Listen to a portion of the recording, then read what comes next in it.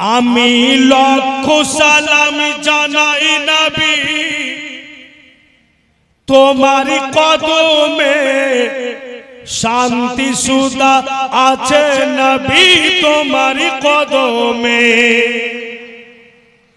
আমি লক্ষ সালাম জানাই নবী তোমার কদমে, শান্তি সুধা আছে নবী তোমার কদমে। আমি লক্ষ সালাম ওই মেরাজের পবিত্র রাতে জিবরাইল আসিলেন নিয়ে বুরাক সাথে, জিবরাইল আসিলেন নিয়ে বুরাক সাথে। স্বয়ং জিবরাইল দেয় চুমা নবীর কদমে, স্বয়ং জিবরাইল দেয় চুমা নবীর কদমে, শান্তি সুধা আছে নবী তোমার কদমে।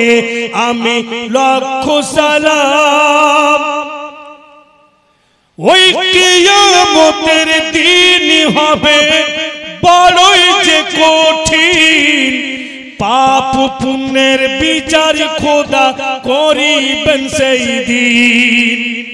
কিয়ামতের দিন হবে বড়ই যে কঠিন, পাপ পুণ্যের বিচার খোদা করিবেন সেই দিন, পাপ পুণ্যের বিচার খোদা করিবেন সেই দিন।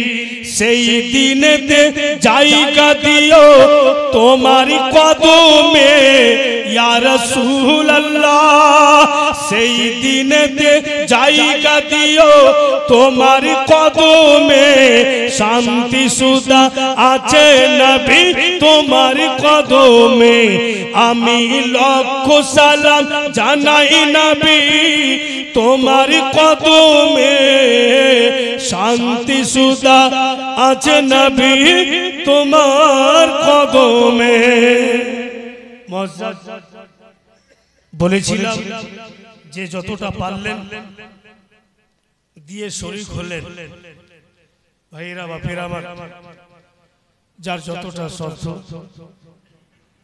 সবাইকে বলেছিলাম, আশা করি সবাই দিয়েছেন।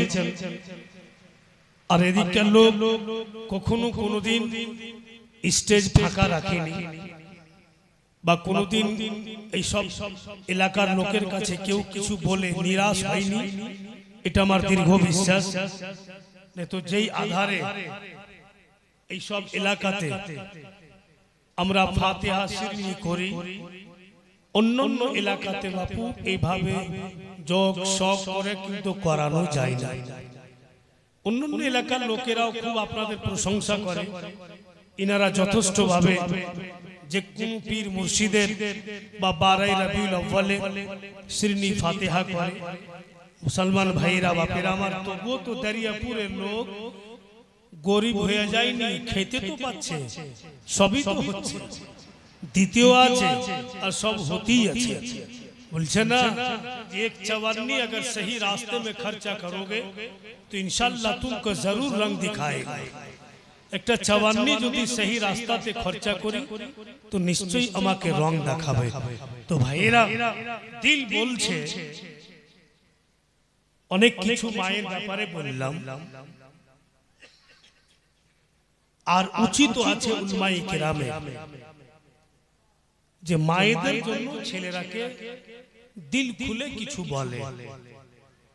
কারণ যে মা বাপ এমন একটা প্রপার্টি, এমন একটা সম্পদ, জিন্দেগি ভোর ইহসানের বদলা আদায় করতে পারবো না, এত দামি। যার যে কথা কুরআনে এসেছে, তো জওয়ান ছেলেরা ভেবে দেখেছো যে বাপ মা কত দামি? তাই আপনারা এখানে যতটা আছেন, আমার নবী মুস্তাফা 12 তারিখে পৃথিবীর বুকে এসেছেন। তাই আমি দিল থেকে আমার পীর মুর্শিদের যদি নিগাহে করম হয়, হুজুর সৈয়দি মুর্শিদি মাসউদ আহমদ কলিমি চিশতি রহমতুল্লাহি তাআলা আলাইহি যদি নিগাহে করম হয়, আর উনার নিগাহে করম অবশ্যই হবে, আর নিগাহে করম আছেই বলেই তো দরিয়াপুর একটা সৌন্দর্য ইউনিভার্সিটি চলছে। নিগাহে করম আছেই বলেই তো এখানে আলিমে দ্বীন হয়ে যাচ্ছে। নিগাহে করম আছে বলে তো এখান থেকে হাফিজে কোরআন হয়ে যাচ্ছে। কোথা থেকে ইলম হাসিল করেছো গো? তো দরিয়াপুর। কোথা থেকে হাফিজের দাস্তার নিয়েছো গো? তো দরিয়াপুর। এটা তো আমার পীর মুর্শিদ ফুলের বাগিচা তৈরি করে চলে গেছে। তাই বিরাদার, ওনার ইহসান আছে আমাদের উপরে। একটা কোন দিওয়ানা আছে গো যে হুজুর সৈয়দি মুর্শিদি মাসরুর আহমদ কালিমি চিশতি কে হুজুর আপনি আমাদের ইলমের জাখিরা দিয়ে গেছেন, আমরা এতে লাভ উঠাচ্ছি, আমরা ঈমান বাঁচাচ্ছি। আজকে হুজুরের নামে এই সভাতে আমি 500 টাকা দিব, এমন কোন পীর কিবলার দিওয়ানা এই সভাতে আছে যে 500 টাকা হুজুর সৈয়দি মুর্শিদি মাসরুর আহমদ কালিমি চিশতি রহমাতুল্লাহি তাআলা আলাইহির নামে আজকে দিয়ে উনি প্রমাণ করবেন যে দরিয়াপুর সরজমিনে আপনি ইলমে দ্বীনের জাখিরা আমাদের দিয়ে গেছেন, জাতি থেকে পুরা এলাকা আমরা লাভবান হচ্ছি। তো আজকে হুজুরের নামে খুশি হয়ে মাত্র 500 টাকা দিয়ে দিই। আমার পীর মুর্শিদ, আমরা উনার আশিক, উনার দিওয়ানা আজকে এখানে দেখিয়ে দেন যে সত্যি আমরা দিল থেকে উনার দিওয়ানা বা আশিক। ছেলেরা লাখো লাখো টাকা বিরান করে দিচ্ছেন। আমি 12টা ছেলের কাছে প্রস্তাব রেখেছি, ইনশাআল্লাহ নিশ্চয়ই পূর্ণ হবে। 500 করে টাকা। দুজন কি নাম? একজন নূর মোহাম্মদ 500, একজন আখতার নামে 500, বেনামি 500, 3 জন। আমি 12 জনের কাছে প্রস্তাব রেখেছি, কারণ যেহেতু রাসূলুল্লাহ পৃথিবীতে 12 তারিখে এসেছিলেন, ওর মধ্যে 3 জন 500 করে দিয়েছেন। জওয়ান ছেলেরা বাপেরা এই সুযোগ হাত থেকে হারায় না, আজকে পেয়েছো, আজকে দিয়ে দেওয়ার চেষ্টা করো। আর হুজুর পীর কিবলার নামে দিবে তো নিশ্চয়ই আপনার বরকত। মুস্তাফিজুর রহমান সাহেব উনি 500 টাকা। সুবহানাল্লাহ, মাশাআল্লাহ। একটা মা বোন 500 টাকা দিবে না? একটাও দিবে না? একটা কোন মা বোন 500 টাকা দিবেন, দিয়ে দেন। আপনাদের কাছে পয়সার কমি নাই, অনেক পয়সা আছে আপনাদের কাছে, আর আপনাদের পয়সা সহজে খরচও হয় না। কিভাবে যে আপনারা জগিয়ে রাখছেন তো আল্লাহ পাকই জানেন, কিভাবে কন্ট্রোল করে রাখছেন। আর এমনি তো মমতা ব্যানার্জি 1000 টাকা করে দিচ্ছে না মাসে মাসে, না দেয় না? দিচ্ছে, কিন্তু আমাদের যে মন্ত্রী আছে আপনারাকে টপে গেছে। আমাদের মানে মন্ত্রী জেলে ছিল যখন ইলেকশন হচ্ছিল, আর ওর স্ত্রী ভোট প্রচারে নেমে ওর স্ত্রী এলান করেছিল, माँ बहने मेरे पति को जेल से छुड़वा लीजिए, आपका भैया को फिर से मंत्री बनाइए। अभी मैं 1000 करके 18 साल जिस लड़की की हो गया है, 18 साल से शुरू होकर ऊपर जितना साल होगा सबके अकाउंट में 1000 करके दे दूंगी। और जब मेरा पति जेल से रिहा होगा और मंत्री बनेगा तो 2500 रुपया महीना हर महिला को दिया जाएगा। 100 টাকা बिना नामे माँ बाप नामे 500 টাকা। সুবহানাল্লাহ। और पुरुष छुटा हो গেল, फिर मंत्री হয়ে গেল, ওখন 2500 টাকা মাস দিচ্ছে। এক একটা মেয়েকে যেই দিন থেকে 2500 টাকা মাস দিচ্ছে বাবুজি, আমাদের হালাত ভালো নেই, পজিশন খুব খারাপ। दरियापुर जलसाते आसबो तो हमारी स्त्री के बोलची আমি, আপনার হেকালে যুগের বেটি খোট্টার बेटी जैसा कीजिए, हमको कल जाना है दरियापुर, तो 2 गो जुब्बा धुलाई करके दे दो। प्रेस उरेस करके रखो, समय होगा तो मैं निकल जाऊंगा। अब टाइम होइছে তো দেখছি পশ্চিমের জুব্বা দক্ষিণে পড়ে আছে, দক্ষিণের জুব্বা উত্তরে পড়ে আছে, ধুआओ नहीं किच्चू करा नहीं। तुम जैसा कैसे हो गया? मैं तो बोला था साफ करके रखोगी, इस तरह करोगी ना तो खाना उना नहीं देंगे। बोले डर किसको दिखाते हैं आप, मत दीजिए, 2500 महीना तो मिलता है। मने गरम देखे ना, अरे 1000 টাকা মাস তো পাচ্ছি, খাইতে দেন বা না দেন, আমার মুখ ভাই বন্ধ है। ये চাই পা কোই লাভ নেই, ফুসলাই কাম নিতে হবে। তো আমাদের মন্ত্রী আমাদের ঝামেলাই লেগে দিয়েছে, এখন আর কোনো কইরা মানে গরম করে কোনো কথা বলা যায় না। তো যাই হোক বিরাদর, যারা দেননি নিশ্চয়ই দিবেন। একবার সবাই দানিগণের নামে দোয়া করেলেন, আল্লাহুম্মা আমিন। আই আল্লাহ পাক পরওয়ারদিগারে আলম খালিকে কায়নাত मौला, তুমি অন্তর্যামী, তোমার কাছে কোনো জিনিসের কমি নাই খোদা। তোমার যত বান্দা বান্দি আজকে শিরনিতে শামিল হওয়ার জন্য মুক্ত হস্তে দিল খুলে যতদূর পেরেছেন দিয়েছেন, যারা জীবিত মায়ের নামে দিয়েছেন, আল্লাহ তুমি তাদের মাকে সুস্থ রাখো, ভালো রাখো। जिनाদের মা নাই, কবর জগতে চলে গেছেন, মওলা তুমি ওদের মাকে জান্নাতুল ফিরদাউস আতা করো। এবং যারা অসুস্থ রয়েছেন তারাকে শিফায়ে কুল্লি আতা করো। আমার ভাইয়েরা বাপেরাও দিয়েছেন, মা বোনেরাও অনেকই টাকা দিয়েছেন, কয়েকজন 500 করে দিলেন, কে কত দিয়েছে আল্লাহ তুমি সবই জানো। প্রত্যেকের দান আকা মওলার সদকাতে, আমার পীর মুর্শিদের ওসিলাতে দান এবং দোয়া আল্লাহ তুমি কবুল করো।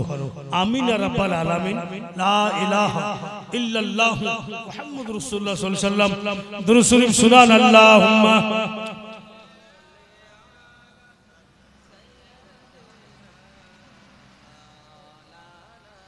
মুহাম্মাদ ওয়ালা আলে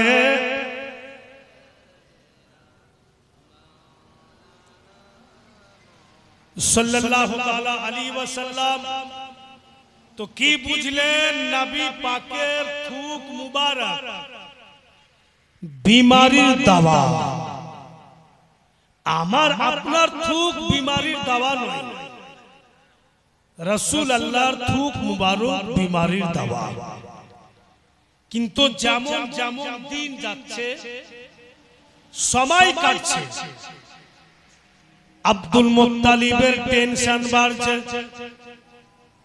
আজকে আমি বেঁচে আছি, কালকে যদি মারা যায় আমার ইয়াতিম পোতার দেখভাল কে করবে। তাই আব্দুল মুত্তালিব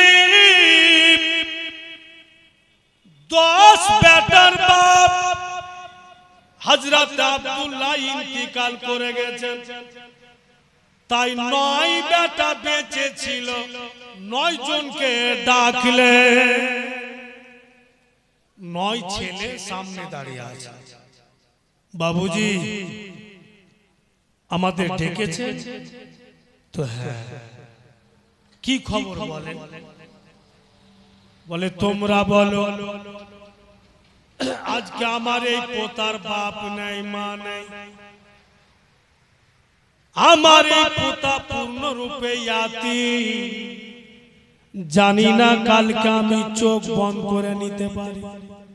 এখন আমার পোতার আমি দেখভাল করছি, কালকে যদি আমার ইন্তিকাল হয়ে যায় তো ইয়াতীমকে কে দেখবে? তাই তোমাদের ডাকলাম, কে তোমাদের মধ্যে আছো যে আমার পোতার দেখভালের জিম্মাদারি নেবে? এইভাবে আব্দুল মুত্তালিব বললেন। মুআজ্জাজ ওই সময়তে হযরতে আবু তালিব নবী পাকের চাচা, উনি আওয়াজ দিয়া উঠলো, বাবুজি আমি যে আছি। কারণ আব্দুল মুত্তালিবের 2টা স্ত্রী, প্রথম স্ত্রী থেকে 8 বেটা, দ্বিতীয় স্ত্রী থেকে 2 বেটা। ওই 2 জন কে কে ছিলেন? একজন আবু তালিব আর একজন হচ্ছে বন্ধু হযরতে আব্দুল্লাহ। এক মায়ের গর্ভের সন্তান দোনো ভাই। তাই আবু তালিব বলছে বাবুজি ছেলে আমার ভাতিজা আমার, দেখভাল আমি করব। আর আব্দুল মুত্তালিবেরও দিল বলছিল যে আবু তালিব যদি নিয়ে নেয় তো সবচাইতে ভালো, কারণ যে নিজস্ব চাচা ব্যথা বেদনা বেশি হবে। ভাইরা যখন আবু তালিব ভার নিলে তখন আব্দুল মুত্তালিব আবু তালিবকে বলছে, ওগো আবু তালিব তোমার স্ত্রীকে ডাকো। তখন আবু তালিবের স্ত্রী আসলো, নবী পাকের চাচি, ওর নাম লিখেছে কিতাবে ফাতেমা। নবী পাকের চাচির নাম ফাতেমা লিখেছে কিতাবে। তো রাসূলুল্লাহর চাচি এসে বলছেন আব্দুল মুত্তালিবকে, বাবজি কি খবর? বলে গাই তোমার কাছে ডাকলেন। নবী মুস্তাফাকে চাচির পাশে খাড়ো করলেন। আব্দুল মুত্তালিব বলছেন, বলো তো বেটি, এই ছেলের বাপ নাই মা নাই, মারে তোমার বেটা যদি ইয়াতিম হয়ে যাইত আর কেউ যদি না দেখতো খাবার না দিত, বলো কেমন লাগতো রে মা? নবী পাকের চাচি বলছেন, বাপু বলেন, দিল খুলে বলেন কি বলছেন? বলে মা এই ইয়াতিমকে তোমার হাতে তুলে দিলাম, এর বাবা মা কেউ নাই, আজকে তোমার জিম্মাতে রাখলাম। এমন কোন কাজ তুমি করিও না বেটি, এমন কোন ব্যথা দেওয়া মতো কাজ করিও না যে ইয়াতিমের মা বলে মনে হয়।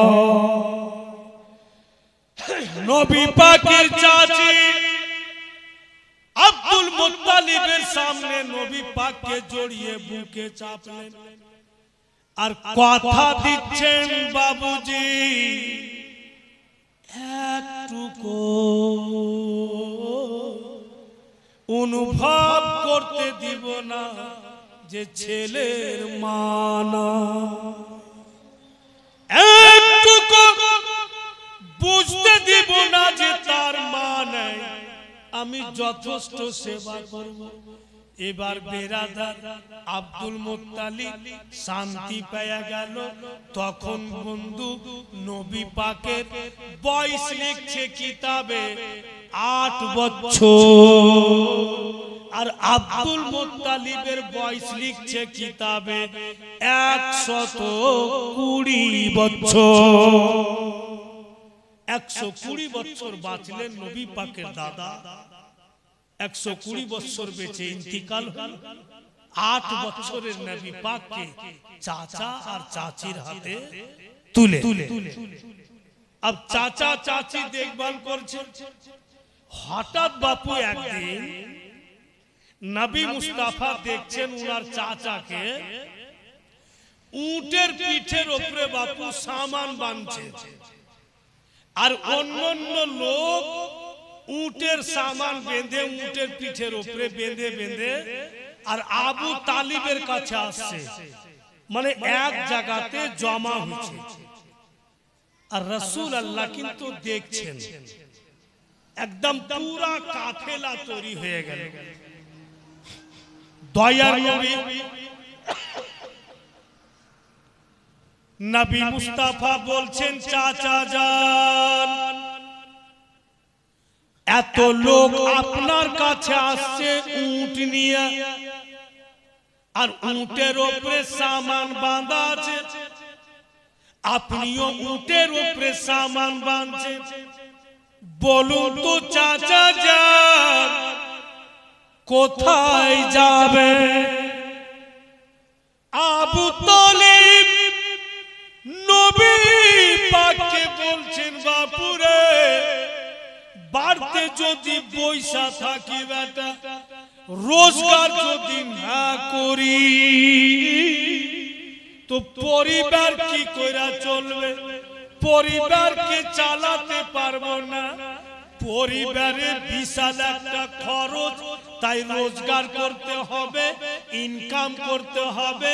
তাই কাফেলা তৈরি হইলো, সামানগুলো উটের উপরে বাঁধলাম, মুলকে শাম যাব, আর সামান বিক্রি করে যা কিছু মুনাফা হবে নিয়ে বাড়ি আসবো।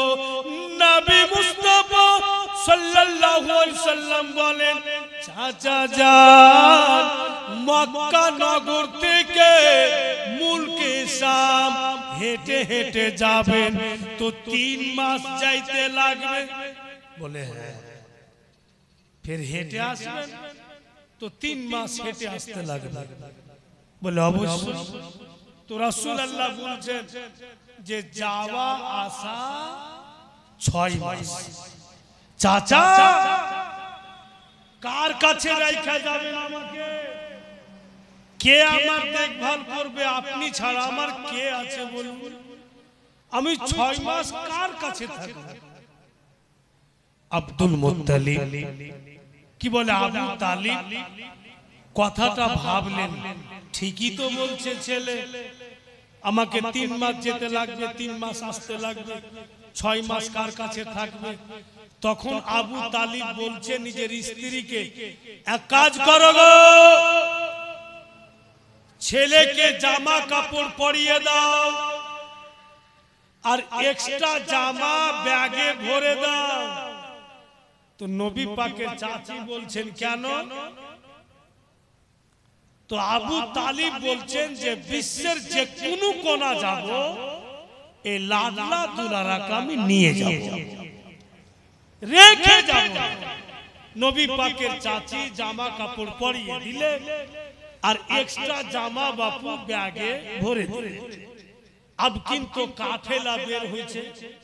হায়রা আবু তালিব আমার আপনার নবীকে উটের উপরে বাপু বসিয়ে,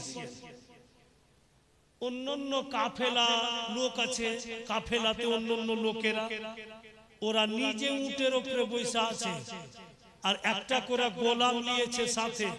ওই গোলাম উটের লাগাম ধরে আগে আগে হাঁটবে আর মালিক উটের উপরে বসে থাকবে।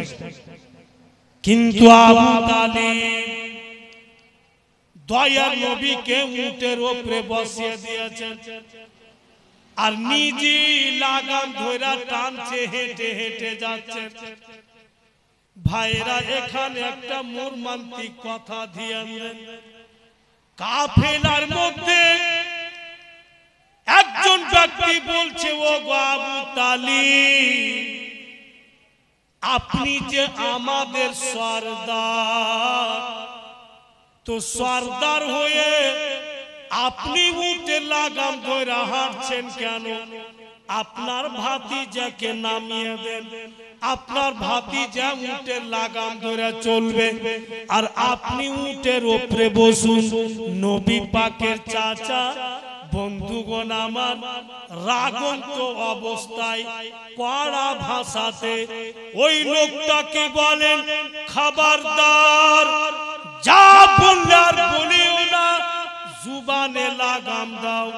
এবার যদি বলেছো তো আমার কাফেলা থেকে তোমাকে বের করে দিব। তোমাদের সরদার আমি আর আমার সরদার আমার ভাতিজা, আমার লালা, আমার সরদার গুলামি উঠে বসিয়েছি। লোকজন বলছে আবু তালিব রেগে গেলেন, গুসা হয়ে গেলেন। আবু তালিব একদিকে নিয়ে গিয়ে লোকটিকে বুঝাইছে যেন ভাতিজা শুনতে না পায়। কি বুঝাইছেন? যে তোমাদের মতো পাগল কেউ নাই। ছেলে যখন মায়ের পেটে ছিল, বাপ হারিয়েছে, 6 বছরের ছিল, মাকে মাকে হারিয়েছে, 8 বছরের ছেলে আমার দাদাকে হারিয়েছে। আজকে যদি ওই ইয়াতিমকে উটের উপর থেকে নামিয়ে দিই আর লাগাম ধরে টানতে বলি, আর আমি উটের উপরে থাকবো, ছেলের দিল ফাটবে, কত ভিতর ভিতর কাঁদবে যে আমার আব্বা যদি বেঁচে রইতেন আমাকে উটের লাগাম ধরে টানাইতেন না, উপরে বসে রাখতে। বলেই ভাবি যার দিল না ফাটে, ওর বাবা বলে মনে না হয় ওই ইয়াতিম বলে আমি বসিয়ে দিয়েছি, আর তুমি ওই ছেলের সামনে কি করে বলছো যে নামিয়ে দাও? এটা কি তোমার উচিত হলো? লোকটি বাবু বুঝতে পারলে যে আমরা ভুল কথা বলে দিয়েছি, আবু তালিবের কাছে ক্ষমাও নিলে, আবার কিন্তু চলতে লাগলো।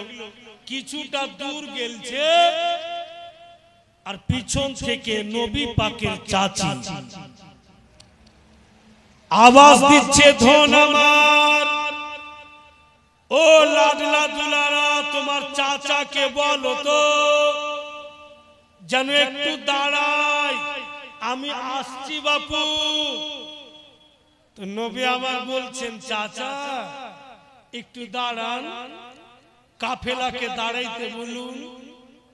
তো কেন রে বাপু? বলে আমার চাচি আসছে।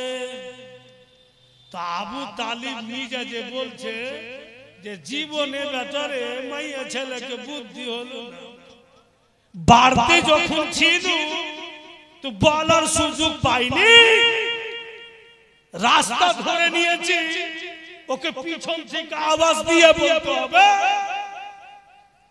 ডাক দিতে হয়। নবী পাক বলছেন, চাচা রাগিয়ে না, হয়তো কিছু চাচি আমার ভুলে গেছে, একটু দাঁড়িয়ে। আবু তালিব বলছে, ওগো কাফেলার লোক সবাই দাঁড়িয়ে যাও, আসছে আমার স্ত্রী, কি বলবে আগে শুনে নাও। আবু তালিব বলছে, বাপু ধন, তোমার চাচি যদি উল্টা পুল্টা বলেছে বেটা, আর লোকের সামনে যদি আমার অসুবিধা করেছে, আমার তুমি যা জানছো বাবা ধন। তো নবী আমার মুস্কি মেরা হাসছেন আর বলছেন, চাচা চাচি আমার উল্টা পুল্টা বলবে না, আপনি শান্ত হন। অনেক মেয়ে ছেলে আছে বাপু উল্টা পুল্টা বলে দেয়, বইলাও দেয়, কিন্তু ঢংও ধরে নেয়, মানে উল্টা পুল্টা বলনে वाला। আচ্ছা বলেন, স্ত্রী খেতে দিয়েছে স্বামীকে রান্না বান্না করে, তো প্লেট দিচ্ছে খাবার, তেমনি করে নিয়ে যার সামনে রেখ দিলে, আর অন্যদিকে মুখ ঘুরিয়ে বলছে যার জি করবে খেয়ে নিবে। তো পড়োশি লোক এসে খাইবে। এবার ওর স্বামী যখন বাজার যাইছে, সবজি টবজি কিনছে, ও কি নাই না ওর স্ত্রীর সামনে রেখ দিলে, আর ফির এদিকে মুখ করে বলছে যার জি করবে রাইন্ধা নিবে, তারে পাগলা পড়োশির মেয়ে রান্ধবে। কারণটা কি? স্ত্রী হইল কংগ্রেস আর ওর স্বামী হইল সিপিও, আর ইলেকশন টাইমে বাপু স্বামী স্ত্রীতে ঝামেলা, বন্দি নাই। এমন অসুবিধা হয়ে গেল যে এক বিছান স্বামী স্ত্রী দু বিছান করে এই ইলেকশনের কারণে। আল্লাহর কি কাম, 6 মাস থেকে লাগাতার যার জি করবে রাঁধবে, যার জি করবে খাইবে, এইরকমই চলছে। হঠাৎ এক রাইতে ওর বাড়িতে চোর ঢুকে গেছে, আর চোর যখন ঢুকেছে ওর স্ত্রীর কানের গহনা দুটি ধরেছে, মানে মোটা মোটা গহনা পিনছে, আর যেমনই ধরেছে এই পাগলি চিৎকার করে ওর স্বামীর বিছানে গিয়া জড়িয়ে ধরেছে, জলদি উঠুন মরে গেল, স্বামী গো বাঁচান। ওর স্বামী বলছে কে তুমি? বলে কেমন কথা, অন্য কোনো মেয়ে এসে আপনাকে ধরতে পারবে? আমি আপনার স্ত্রী, চিনতে পারছেন না? বলে বিশ্বাস হয় না, বিছানা আলাদা করেছো, দুজনে বন্তি নাই, চলাফেরা নাই 6 মাস থেকে, আর হঠাৎ স্বামী বুলে ধরেছো। বলে স্বামী গোমা যা করেন না, চোর ঢুকে গেলছে, কানের গয়না ধরে নিয়েছিল, কোন রকম বেঁচে গেলছি। ওর স্বামী চট করে উঠে সমস্ত লাইট বন্ধ করে দিলে মেন দরওয়াজাতে বসে গেল, আর বলছে চোর, ওগো বন্ধু, তোমার মতো কুটুম পাবো না, তুমি ভাগিও না। চোর ভাগবে না, ও মার খেতে থাকবে। এমন পহরাদারি করলে বাপু সকাল হয়ে গেল, চোর কিন্তু ভাগতে পারে। ধরা পড়ে গ্রামের মোড়ল মাতাব্বর বিচারে বসলো, বিচারে বসে দেখছে তো গ্রামেরই ছেলে পেটের দায়ে চুরি করতে এসে, আর একদম ফকির গরিব। তো মোড়ল মুখিয়া বলছে যে কি করবি হে, একে জরিমানা কইরাও কিছু লাভ নেই, ই কিচ্ছু দিতে পারবে না। এক কাম কর, একে থুক ফেলিয়া আর লোকের সামনে 100 বার চাটা, আর ওকে ছেড়িয়ে দে। আর এবার যদি চুরি করেছে তো দেশ থেকে, আমাদের এলাকা থেকে বের করে দেব। এটা সাজা দিলে, কিচ্ছু তো নাই, তো কি করবে? মুআজ্জাজ ওটি সাজা দিয়ে দিলে, দিয়া বলছে যে আব তুমি যাও। তো যখন চোর যাইছে, তো যার বাড়ি ঢুকেছে, ও বলছে বন্ধু যাইও না। যাবো না মানে? বিচার কর্তা বলছে কেন? বলে আমার একটা কাম আছে, যাই দিব না। বলে তোমার চোখের সামনে থুক চাটাইলাম, ওকে বন করা হলো, তোমাকে বিশ্বাস হয় না, যাই দিবে না? বলে না। কি করবে তো? মারো, মারবে তো? বলে মারতে তো চাইনি। বলে মারবে না, ও যাই তো দিবে না, আর মানে? বলে কাম আছে। কি কাম? ঘরের ভিতর গেল, স্পেশাল লাট্টু লুঙ্গি নতুন নিয়ে আসলো, একটি গেঞ্জি নিয়ে আসলো, লম্বা দেখে গামছা আনলে, আর চোরকে বলছে বন্ধু তুমি লুঙ্গি পরে নাও, গেঞ্জিটা পরে নাও, গামছা ঘাড়ে দিয়া দাও, খুশি খুশি বাড়ি যাও। বিচার কর্তা বলছে বহুত ঘাটিয়া লোক, 3 ঘন্টা বিলা বিচার করনু, 1 কাপ চা দিলে না, ফির চোরকে লাট্টু লুঙ্গি, চোরকে গামছা, ই কোন লোকের লোক, ই কোন হিসাব? লোকটা বলছে ভারতবর্ষে এরকম কুটুম ধুড়া পাবো না, 6 মাস থেকে স্বামী স্ত্রীর বন্তি ছিল না। ই বন্ধু চুরি করতে যদি না আসতো, স্বামী বুইলা ধরতক না, 6 মাসের ঝগড়া একই রাইতে মিটিয়া দিলে এইরকম কুটুম পাবো না। তাই লাট্টু লুঙ্গি দিচ্ছি, গাঞ্জি দিচ্ছি। চোর বাপু মনে মনে তসবি গুনছে, আল্লাহ খুঁজা রাখবো কার বাড়ি স্বামী স্ত্রীর দ্বন্দ্ব, মার পড়বে পড়বে, এমনি সন্ধ্যা বসে থাকবো, কিছু তো পাবো। সত্যি কথা, 6 মাসের ঝগড়া একটি রাত্রে মিটিয়ে দিলে চোর, এরকম কুটুম কাহাবে? তো মুআজ্জাজ যদি একটা ইলেকশনকে মুদ্দা করে স্বামী স্ত্রী এরকম বিবাদ হতে পারে, আবু তালিব বলছে মেয়ে মানুষ তো তোমার চাচি, উল্টা পুল্টা যদি বলে দেয় তো লোকের সমাজের সামনে আমার মান সম্মান চলে যাবে, আমি সহ্য করতে পারবো না। তো নবী আমার বলছেন আমার চাচি সেই রকম নয়, আসতে দে। तमाम কাফেলা লোক দাঁড়িয়ে আছে। হায়রে দয়ার নবীর চাচি নিজের স্বামীর কাছে গেল না, ভাতিজা যে উটের উপরে বসে আছে, চাচি গিয়ে বলছে ধন তোমার হাতটা ঝুঁকাও। নবী মুস্তাফা রহমতের হাত ঝুঁকালেন। চাচি একটা টিফিন বাটি দিচ্ছে, লাডলা এটি শুকনো খাবার বানিয়েছিলাম তোমার জন্য, আমি ভুলে গেছিলাম বেটা, তাই পিছন থেকে আওয়াজ দিলাম। এর মধ্যে শুকনো খাবার আছে, যবে তোমার জি চাইবে বের করে খেয়ে নিও। নবী মুস্তাফা টিফিন বাটিটা নিলেন। হাইরা আবু তালিব নিজের স্ত্রীর দিকে দেখাচ্ছে, तमाम কাফেলা লোক দেখছে। আবু তালিবের দোনো চোখ দিয়ে হা হা করে পানি ঝরছে। আল্লাহ তুমি আমার স্ত্রীকে সহি জ্ঞান দিয়েছো। চাচিকে নবী পাক বলেন, ও চাচি যান, টিফিন বাটি পেয়ে গেলাম, খাবারও পেয়ে গেলাম, আব তো আপনি খুশি? বলছেন নবী পাকের চাচি একটু আর দাঁড়াও। নবী মুস্তাফা চাচির দিকে দেখছেন, হাই রে মা, বন্ধু নিজের কাপড়ের আঁচল খুলছে। আঁচল খুলে কিছু টাকা বের করে নবী মুস্তাফাকে দিচ্ছেন। লাল্লা দুলারা, এই টাকা তোমার মায়ের, তুমি পকেটে রাখো। তোমাকে জন্ম দিনি কিন্তু মানুষ তো করছি বেটা। আমি জানি তোমার কিচ্ছু দরকার যদি পড়ে, তোমার চাচার কাছে তুমি পয়সা নিতে পারবে না। আমি যে মা, মায়েরা ছেলেদের চেহারা বাপু পড়ে নিতে পারে। তোমার মায়ের টাকা তোমার পকেটে।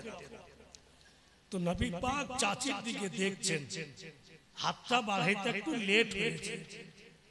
চট করে চাচি বলছে, তুমি কি আমাকে মা মানো না?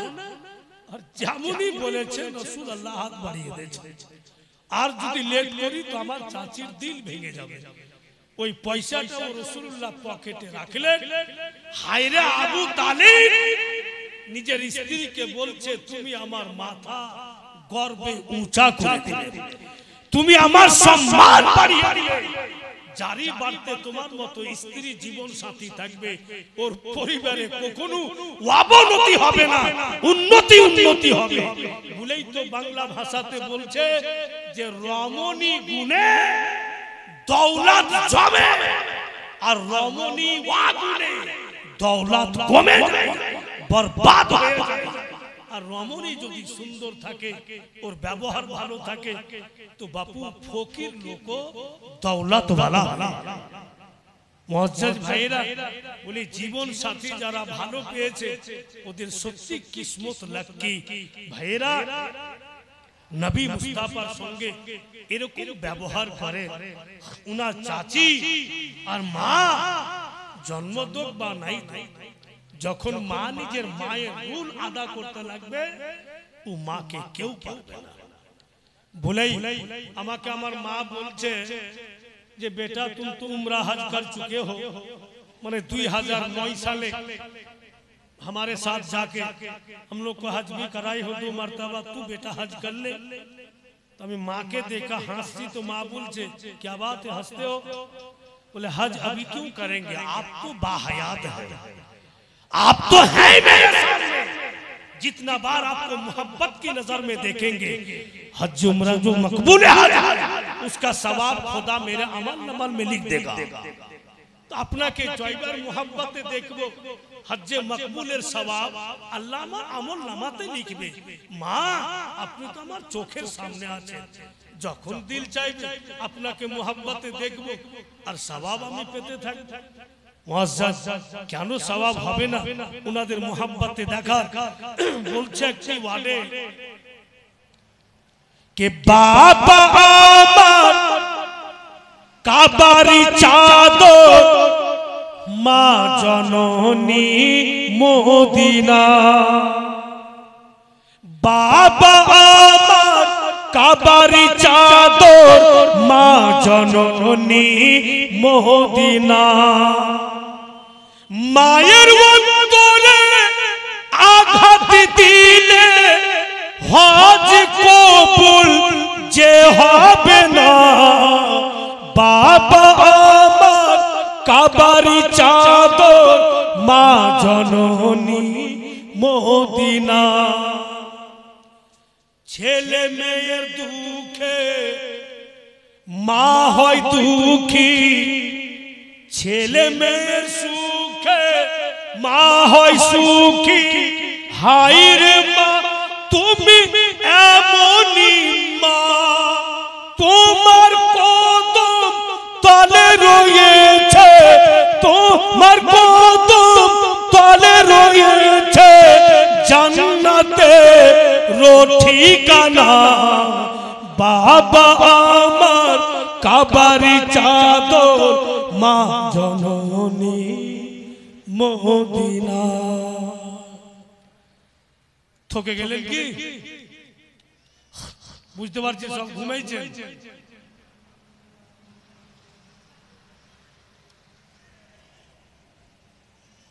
ঘুমান না, জেগে আছেন সব। অত রাত বেশি জাগবেন তো ফের সকালে উঠতে পারবেন না।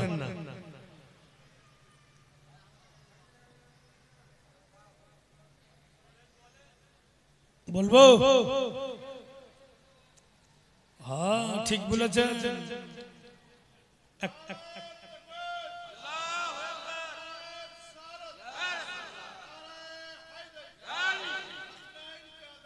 নাই ছড়ে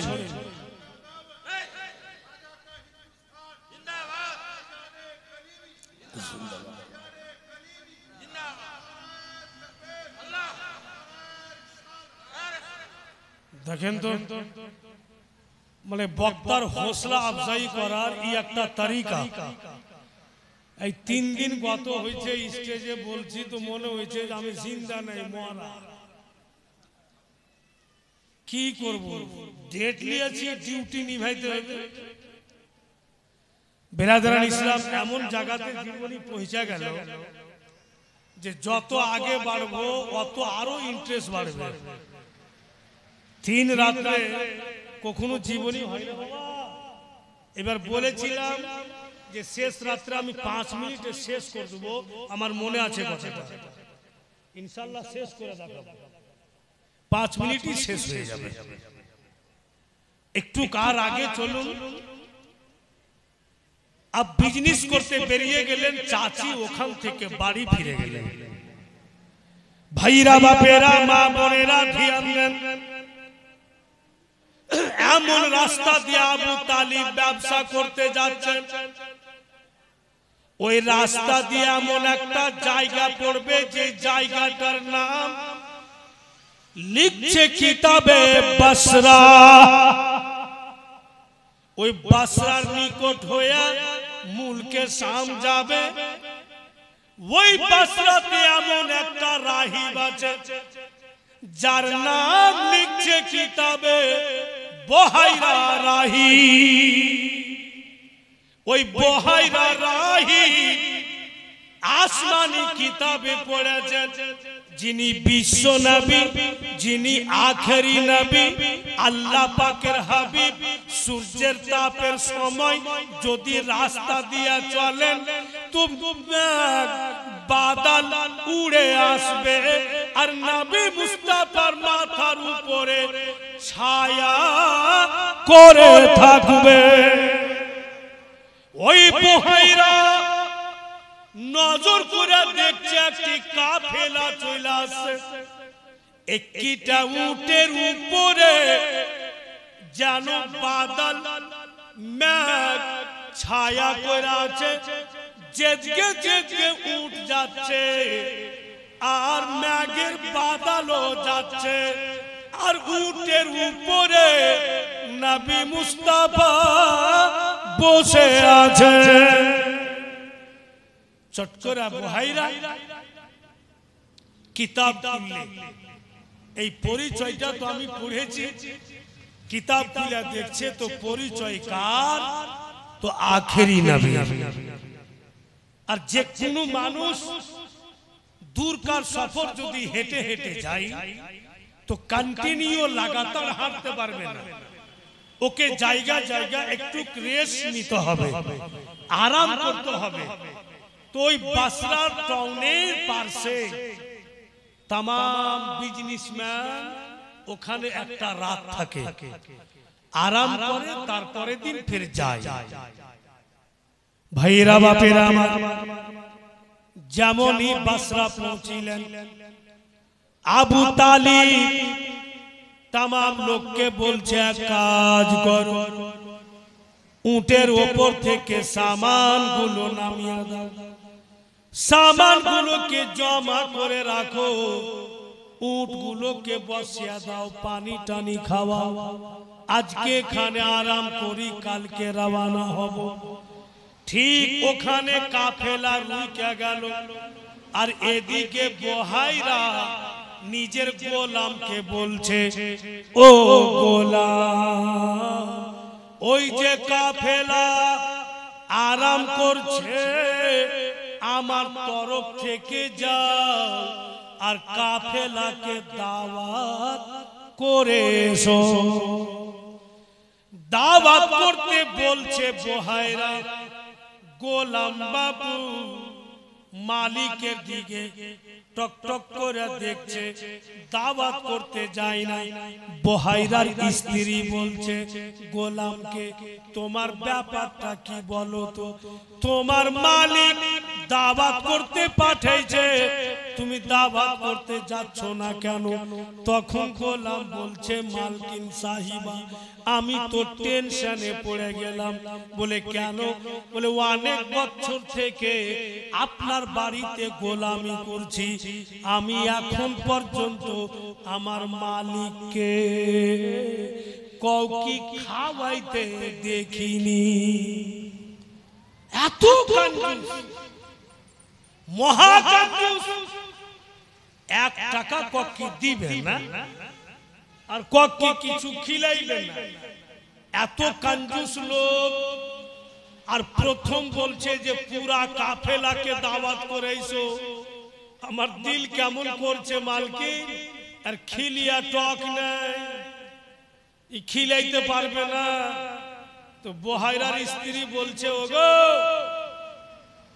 তুমি তো জানছো যে তোমার মালিক কঞ্জুস, কাউকে কিছু দেয় না, খিলাই না, আর প্রথম যখন রাজি হয়েছে তো সুযোগ ছাড়িও না, যাও দাওয়াত করে এসো। তো দাওয়াত করতে বের হয়েছে, আর বুহাইরা বলছে কি, শুন, আমি বুঝে গেছি তোর দিল বলছে যে আমি কঞ্জুস লোক, কাউকে দিই না, খিলাই না, আর হঠাৎ এতটি লোককে দাওয়াত করতে বলছি, তোর চিন্তাধারার বাহিরে কথা না। শোন, কাফেলাতে এমন একটা লোক আছে, এমন একটি গোলাপ ফুল আছে, একবার দেখবি তো বারবার দেখতে ইচ্ছা করবে। ওই লোকটাকে দেখবো, ওর হাতখানা চুমবো, বলে পুরা কাফেলাকে দাওয়াত করছে একটা লোকের কারণে। বলে এতই সুন্দর মালিক? বলে হ্যাঁ। উনাকে দেখার পর তুমি নিজকে ভুলে যাবে, কিন্তু উনার চেহারা ভোলা যাবে না। গোলাম বলছে ঠিক আছে মালিক, তাই হবে। গোলাম গিয়ে বলছে কাফেলার সর্দারকে। আবু তালিব হাত খাড়ো করছে, আমি। বলে আপনারা সকল লোককে আমার মালিক বুহাইরা রাহি দিল থেকে দাওয়াত করলেন। আবু তালিব দাওয়াত কবুল করলেন, ঠিক আছে যাও তুমি ইন্তজাম করো, আমি আসছি। গোলাম চলে গেল। আব দেখেন বাপু ফেয়ার কুণ্ঠে লাগছে, ঝামেলা কোন জায়গাতে সৃষ্টি হচ্ছে। আবু তালিব চট করে নবী পাককে বলছে, লাল আমার, ধন আমার, তুমি হেঁটে হেঁটে যাইও না, কষ্ট করিও না, তোমার চাচি যেটা টিফিন বাটি দিয়েছে বেটা আমাকে দিয়া দাও, আমি টিফিন বাটি নিয়ে যাচ্ছি, তুমি যাইও না, সামানের কাছে আরাম করো, যা কিছু দিবে আমি খাবো, আর তোমার জন্য বেটা টিফিন বাটিতে ভরে নিয়ে আসবো। মানে জিনাকে দেখবার জন্য দাওয়াত উনাকে বসে রেখে দিলেন।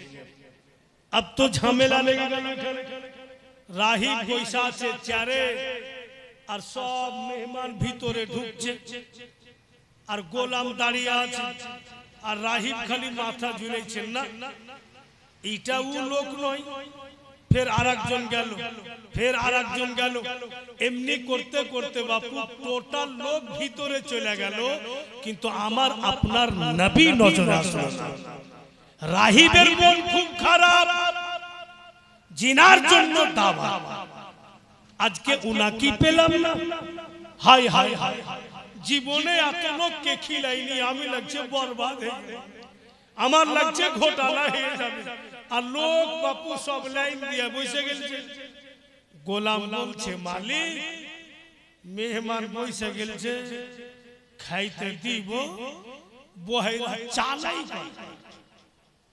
দেখে দিছি না কিচ্ছু বলে না ও তো মনে মনে ভাবছে যে আমার লস হয়ে গেল কি করতে দাওয়াত फिर গোলাম বলছে মালিক সাহেব কিচ্ছু বলেন खिलाबो की बोहाइरा बोलছে मिजाज खराब करिस ना जी करे खाइते ना जी करे भागिया दे মানে ওর মন খারাপ হয়ে গেছে তো बोहाइरार স্ত্রী বলছে গোলামকে যে শুনো ওকে আর বলিও না খাবার দাও মেহমান চলে এসে দিয়ে দাও সবাইকে খাবার দিলে কিন্তু बोहाइरा রাহিব বাপু শান্তি পায় না আবু তালিব টিফিন বাটি নিয়ে বলছে এতে কিছুটা খাবার দাও बोहाइरा বলছে কেন বলে দরকার আছে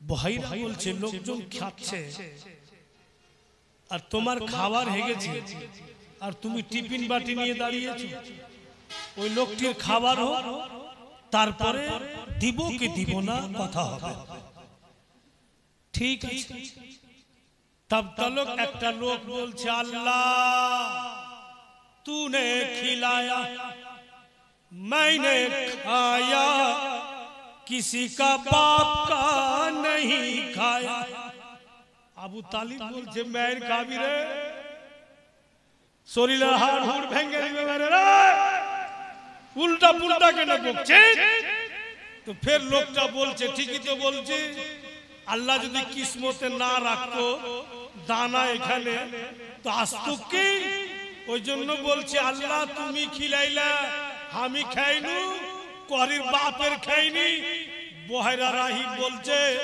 বদবদ কইরা বকিস না তোর গলাতে হাত ভরা বাইর করব বাড়ি আমার দাওয়াত করেছি আমি আর আমাকে শুনিয়া বলছি যে করি বাপের খাইনি আবু তালিব বলছে ছেড়ে দেন আর দিমাগি সান্তনান আর দিমাগি যেটা বুদ্ধির লন পরশু ফাইটে গেছে ঠিক নাই উল্টা পুল্টা বকছে বেরাদার মুআজ্জাজ রাহিব তো ক্ষান্ত হলো এবার বলছে যে টিফিন বাটি কি করবেন বলেন তো বলতে যে এই জন্য টিফিন বাটি নিলাম যে আমার একজন লাডলা দুলারা আছে ছেলেকে আমি আসতে দিই এই জন্য আসতে দিই ছেলে আমার বড় নাজুক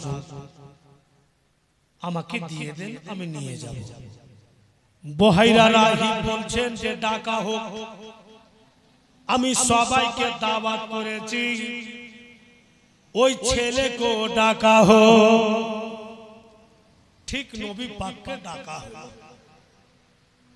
যেমন দয়ার নবী মুস্তাফা बोहाइरा রাহিবের সামনে এসে बोहाइरा রাহিব কুরসি ছেড়ে দাঁড়িয়ে বলছে হুজুর আপনার চলতে এত লোককে দাওয়াত করেছি আপনি যদি না থাকতেন কাফেলায় তো দাওয়াত করতাম না বলছে बोहाइरा আবু তালিবকে আপনার লোকজনকে পাঠিয়ে দেন আপনার ভাতিজাকে আমি খাওয়াবো बोहाइरा রাহিব নিজের হাতে খাওয়ালেন আর বলছেন আবু তালিব গো আমাকে 10 মিনিট সময় দাও, আপনার ভাতিজাকে একটু নির্জনে নিয়ে যাব।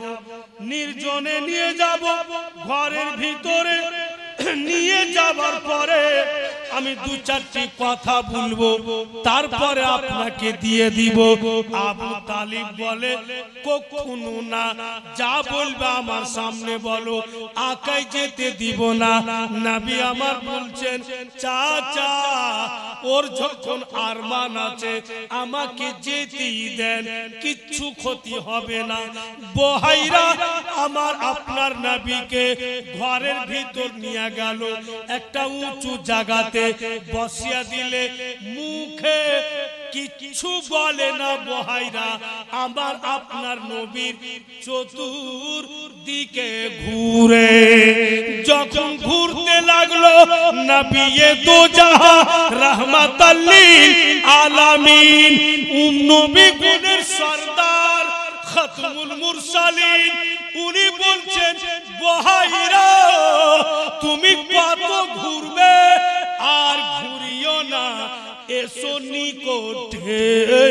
তুমি কেন ঘুরছো বলো বা না বলো, আমি বুঝতে পারছি। এসো, তোমার যা মনে আশা পুরা করো। নবী মুস্তাফা কামিজটাকে উপরে উঠাইতে লাগলেন। কেন ঘুরছিল, কেন নবী পাক কামিজকে উপরে উঠাইছেন? বহাইরা রাহিব ওই কিতাবে পড়েছে, আসমানি কিতাবে জাবুর শরীফে, যিনি বিশ্ব নবী আখেরি নবী, উনার 2 শানার মাঝখানে পিঠের উপরে মোহরে নবুয়ত থাকবে, যে একবার চুমে নিবে ওর জন্য জাহান্নামের আগুন হারাম। ওই মোহরে নবুয়তকে চুমার জন্য চতুর্দিকে ঘুরছিল। মোহরে নবুয়তকে চুমলে এবার বহাইরা রাহিব আকা মাওলাকে যখন বিদায় দিবেন তো বলছেন, হুজুর একবার একটা কথা বলেন না। কি কথা রাহিব? বল বাস একবার আপনার পবিত্র জুবানে বলে দেন যে বহাইরা আপনার হয়ে গেল। ইয়া রাসূলুল্লাহ আমি জানি, কিতাবে পড়েছি আপনি যখন 40 বছরে যাবেন, নবুয়ত প্রচার করবেন, কালমা প্রচার করবেন। ইয়া রাসূলুল্লাহ আমি যদি আপনার 40 বছর পর্যন্ত বেঁচে থাকি, আমিও কালমা পড়ব, ইসলামে শামিল হব। আর যদি আপনার কালমা প্রচারের পূর্বেই আমার ইন্তিকাল হয়ে যায়, আমি যদি মারা যাই, হুজুর গো আমাকে ভুলে যায়েন না। কাল কিয়ামতের মাঠে আপনি আপনার উম্মতের সঙ্গে বহাইরাকে শামিল করে নিয়ে। নবী আমার বলছেন তাই তুমি ঘাবড়াও না। আকা একবার বলুন আমি আপনার হয়ে গেলাম।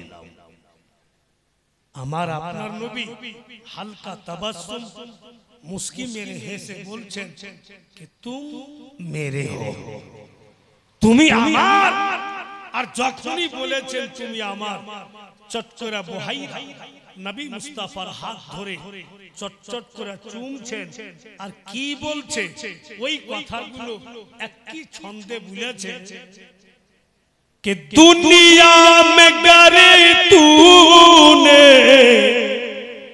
अपना बनाया है, दुनिया में गरे तूने अपना बनाया है, महशर में भी कह देना, महशर में भी कह देना, ये है मेरा दीवाना, बेखुद किए देते हैं।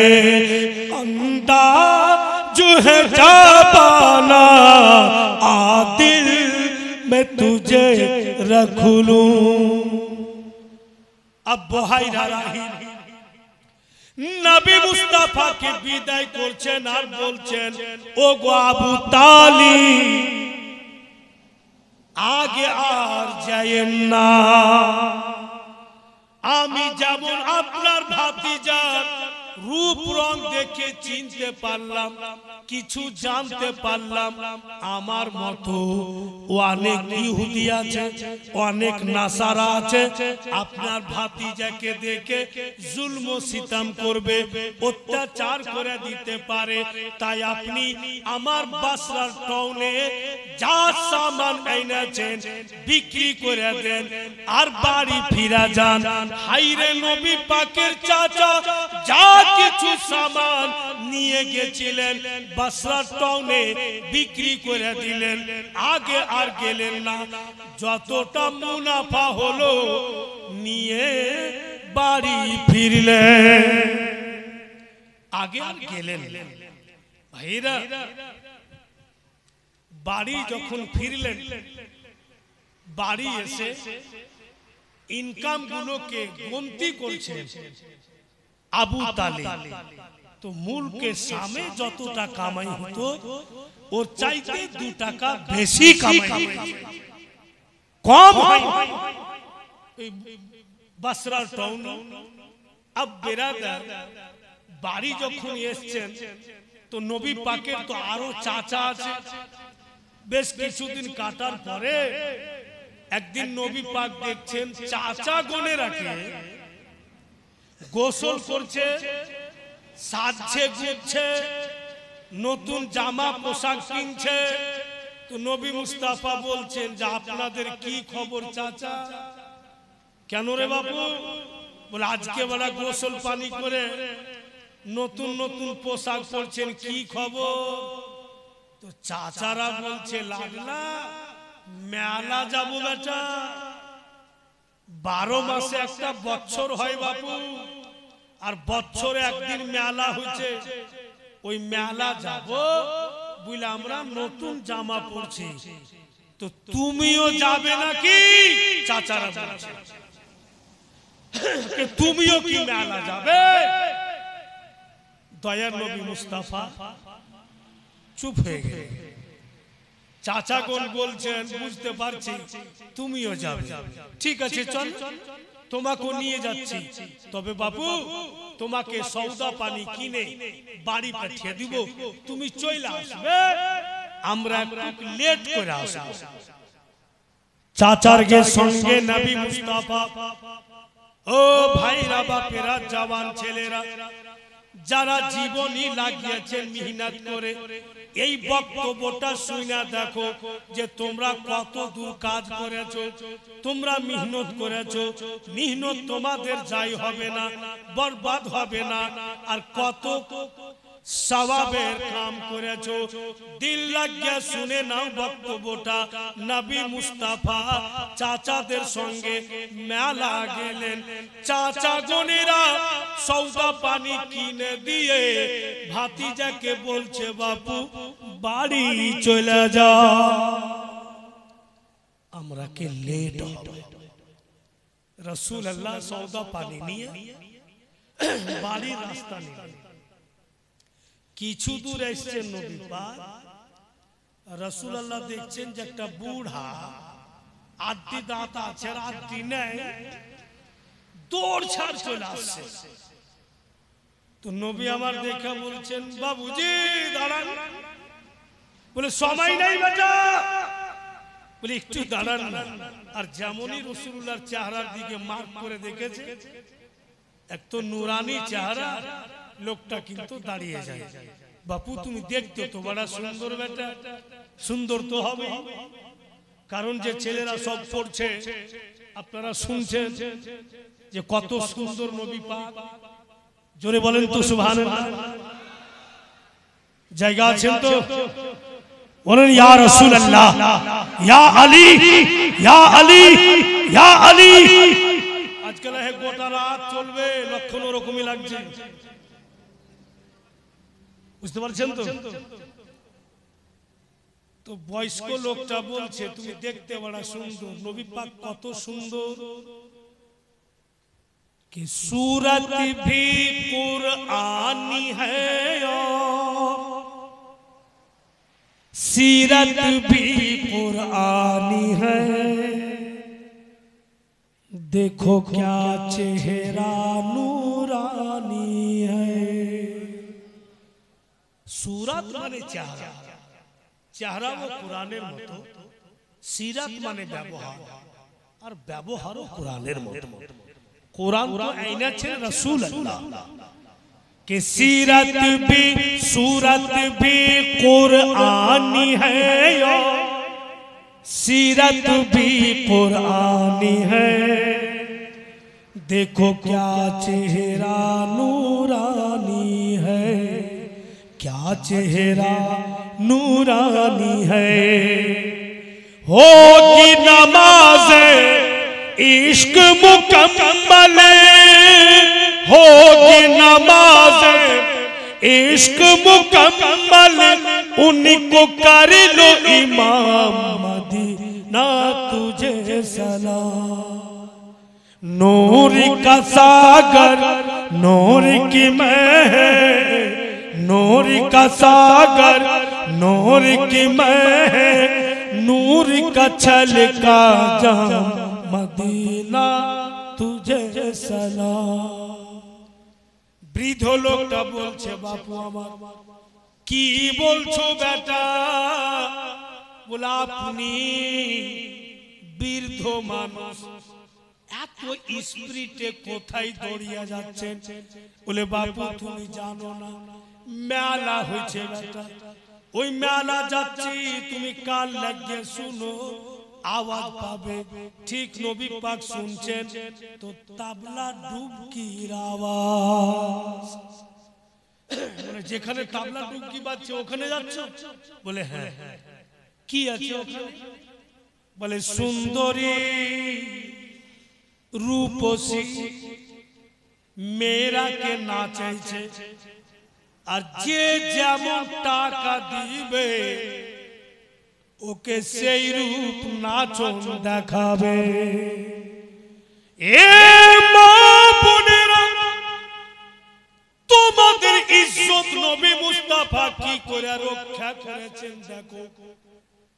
আকা মাওলা কি করে তোমাদের সম্মান দিয়েছে, পজিশন বাড়িয়েছে। जिनार जीवनी सुनतेছেন उनी তোমাদের সম্মান কত সুন্দর করে বাঁচান। দয়া নবী বলছেন ওই বৃদ্ধ লোককে, ও বাবুজি একটি কথা বলবেন কি? যেই মেয়েরা নাচন দেখাইছে আপনারই বেটি বা বোন থাকতো, বলুন তো কেমন লাগতো? আপনারই বেটি বা বোন লোকের সামনে নাচতো আর গোটা দুনিয়ার লোক দেখতো, তো আপনাকে কেমন লাগতো? মা বোন তো ইজ্জতের জিনিস, মা বোনেরা পর্দার জিনিস, ওদের বেপরদেগি কেন করেন? এই জঘন্য মেলা বন্ধ কেন করছেন না? বৃদ্ধ তখন বলছে, লাডলা দুলারা তুমি দেখতে যত সুন্দর বেটা, তোমার কথা অতই সুন্দর, কিন্তু কি করব মেলার কমিটি বড় শক্ত, আমি যদি বলতে যাই আমার পিঠের চাম থাকবে না, সম্ভব নেই বেটা, যাকলেই বন্ধ করে দে। তো নবী পাক বলছেন তবে এক কাজ করেন, আপনি আমার সাথ দেন, আমি আপনার সাথ দিচ্ছি, আমরা দুইজন হইলাম। বৃদ্ধ লোকটা বলছে আমি সাথ দিলাম। ফের নবী পাক একজনকে আর ডাকলেন, নিজের দলে করলেন, আর একজনকে ডাকলেন, নিজের দলে করলেন। এমনি করতে করতে আমার আপনার নবী এক দুই করে 40 জনকে জমা আজকাল ছেলেরা ক্লাব গঠন করছে, এই নতুন কথা না। প্রথম ইসলামিক ক্লাব গঠন করেছেন নবী মুস্তাফা নিজের জামানাতে। বলাই যেটা ক্লাব বাপু, ওটাকে বড় কাপ দিয়ে আমরা ক্লাব বলি, ছোট কাপ দিয়ে না। বড় কাপ দিয়ে মানে ক্লাব ওকে বলে যেখানে দিলের আলোচনা, কলব মানে হচ্ছে দিল। আর ওই ক্লাব যখন তৈরি হবে অতি ইসলামের সেবা হবে। অতি ভাইরা বন্ধু বোনেরা আমার, এক কথাই নেকির কাজ হবে, গরিব দুঃখীর সেবা হবে, ইসলামিক প্রতিষ্ঠান হবে। ওই ক্লাব থেকে তৈরি হবে।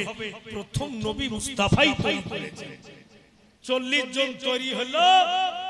এবার আমার আপনার নবী বলছেন চলো 40 জন মেলা 40 জায়গাতে দাঁড়াবে। আর প্রথম আমি বইলা উঠব, এই জঘন্য মেলা চলবে না। মা বোন সকলের আছে, এদের ইজ্জতকে নিলাম করা যাবে না। এরা পর্দার জিনিস। তোমরা 40 জনের মধ্যে একজন ফের অন্য দিক থেকে দাঁড়িয়ে বলবে ঠিক বলেছেন চলবে না। অন্য দিক থেকে আরেকজন বলবে ঠিক বলেছেন চলবে না। 40 জন যখন চলবে না বলবো, যারা মেলার কমিটি ওরাও ভয়ে বলবে চলবে না। কত সুন্দর সিস্টেম করলে।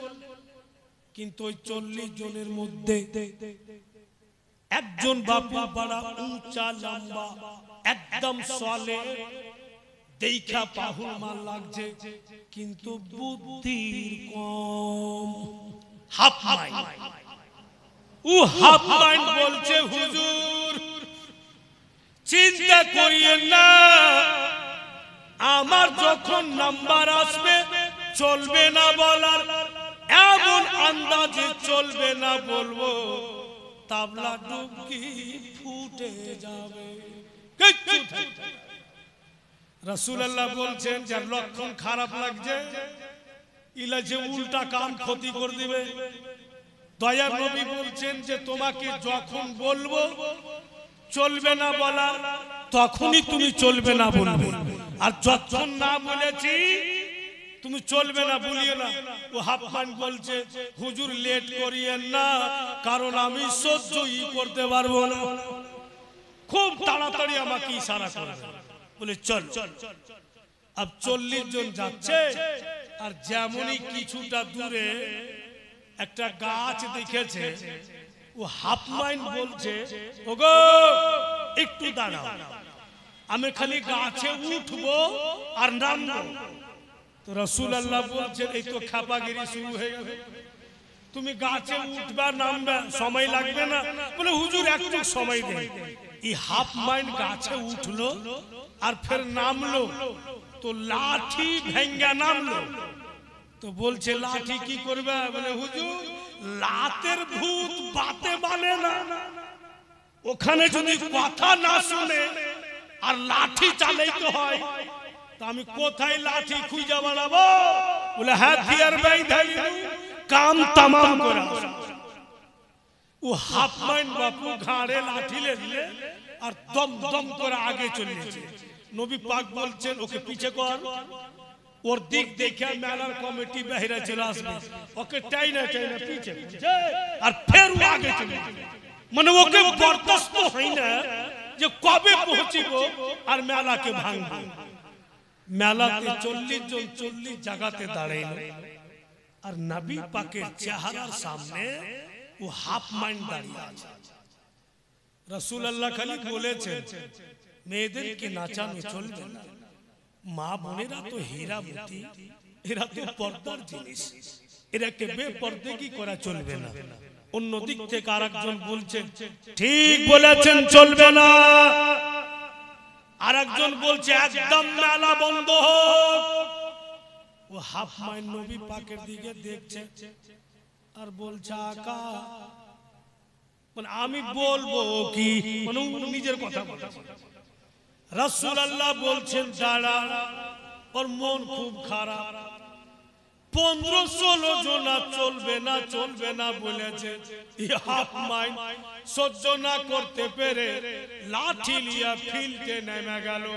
আর তাবলা ডুবকিওয়ালাকে বলছে, বন্ধ করবি না ফুটাবো? তুই শুনতে পাইস না যে মেলা চলবে না, বন্ধ কর, উঠবি না ফুটাই? ও তো ঢোল ঢাল লিয়া ছোকরা ছোকরি কুণ্ঠে ভাগলো। 5 মিনিটের মধ্যে বাপু মেলা বন্ধ হয়ে গেল, কাজ তো হয়ে গেল। কেউ বুঝতে পারে না, কমিটির লোক জানতে পারবে না যে কে করলে, কারণ একজন ছিল না, 40 জন। নবী মুস্তাফা এটা আমাদের শিক্ষা প্রদান করলেন। এই আমার উম্মতেরা, যেও না তোমরা ওই সব মেলাতে, ভেঙে দাও। যদি তোমার কোন মুসলমান যায়, ওকে তুমি রুকার চেষ্টা করো, কিন্তু হাইরা মুসলমান पूरी दुनिया में तहकीक करके देखा गया, रिसर्च करके देखा गया, हिंदुओं ने मेला सजाया हमारे भीड़ में, हिंदुओं ने गाना लगाया हमारे चलते, थाना में जाओगे तो मुसलमानों का ढेर लगा। মেলাতে যাইবেন, ওদের লোক কম, আমার ঘি যাইতে বেশি। থানাতে যাইবেন, ওদের লোক কম, আমাদের যাইতে বেশি। নবী মুস্তাফা নিষেধ করে, আর কি করে মেলা বন্ধ করতে হয় এটা উনি করে দেখেন। ভাইরা বাপেরা আমার, জীবনীটা এখানে থাকলো ছিল, কথা বুঝতে পেরেছো? ফের কখনো করবে তো এখান থেকে চালু করবে, অনেক দূরে যাবে। আর 5 মিনিট আমি জীবনীটা শেষ করে দিচ্ছি, তোমার গোমনের আশা পুরা হয়ে যাবে। কথাটা হচ্ছে 5 মিনিটে শেষ কি তোরা হয়, একদম ধ্যান রাখবেন আমার দিকে। কিতাব লেখক লিখছেন, হযরতে ইব্রাহিমের লাডলা হযরতে ইসমাইল, হযরতে ইসমাইলের পর একের পর এক 12 জন আসলেন। ওই 12 জনের মধ্যে একজনের নাম হযরতে কিদার। হযরতে কিদারের বেটার নাম হযরতে আদনান। হযরতে আদনানের বেটার নাম হযরতে আব্দে মানাফ। আব্দে মানাফের বেটার নাম হযরতে হাসিম। হযরতে হাসিমের বেটার নাম আব্দুল মুত্তালিব। আব্দুল মুত্তালিবের বেটার নাম হযরতে আব্দুল্লাহ। আর হযরতে আব্দুল্লাহ লাডলা দুলারা মক্কা নগরে 12 রবিউল আউয়ালের সোমবারে সুবে সাদিকে আমেনার গর্ভে থেকে দুনিয়াতে আসলেন। হালিমা নিয়ে গেল, 2.5 বছর বলে 2 বছর দুধ পান করালেন। 2.5 বছর পর রাইখা গেলেন। যখন মায়ের গর্ভে ছিলেন, বাপের ইন্তিকাল 6 বছরের, মায়ের ইন্তিকাল 8 বছরের, দাদার ইন্তিকাল। বন্ধুগণ আমার, কেউ কেউ লিখেছে 9 বছর, বা কেউ কেউ লিখেছে 14 বছর মেলা ভঙ্গ করলে তারপরে নবী মুস্তাফা 25 বছরে হযরত মা খাদিজার কাছে টাকা নিয়ে বিজনেস করতে গেলেন। 40 বছর কি বলে 35 বছরে কাবা ঘরকে শহীদ করে আবার নির্মাণ করলেন 40 বছরে।